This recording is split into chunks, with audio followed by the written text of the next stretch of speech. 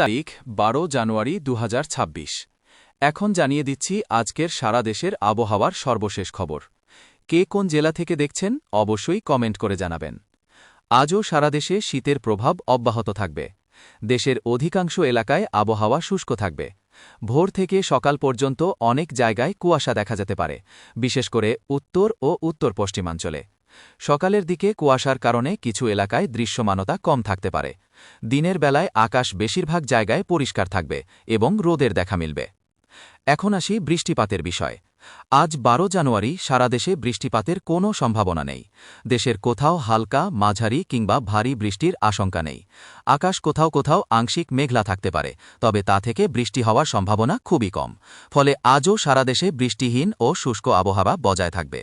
এবার বলছি আগামীকালের সম্ভাব্য আবহাওয়া সম্পর্কে। আগামীকালও দেশের আবহাওয়া প্রায় একই রকম থাকার সম্ভাবনা রয়েছে।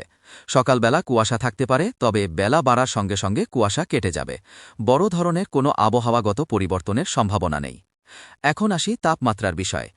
আজ দেশের সর্বনিম্ন তাপমাত্রা উত্তরাঞ্চলে তুলনামূলক কম থাকতে পারে এবং কোথাও কোথাও 1 অঙ্কের ঘরে নামতে পারে।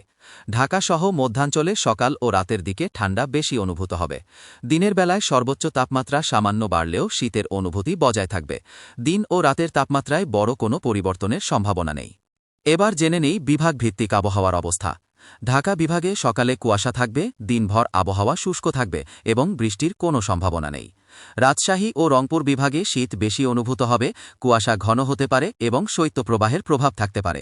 ময়মনসিংহ বিভাগে সকালে কুয়াশা ও ঠান্ডা থাকবে, দুপুরের পর আবহাওয়া কিছুটা স্বাভাবিক হবে। খুলনা ও বরিশাল বিভাগে আবহাওয়া শুষ্ক থাকবে, সকালে হালকা কুয়াশা থাকতে পারে। চট্টগ্রাম বিভাগে আকাশ আংশিক মেঘলা থাকতে পারে, তবে বৃষ্টির কোনো সম্ভাবনা নেই। সিলেট বিভাগে সকালে কুয়াশা ও ঠান্ডা থাকবে, দিনের বেলায় আবহাওয়া মোটামুটি পরিষ্কার থাকবে।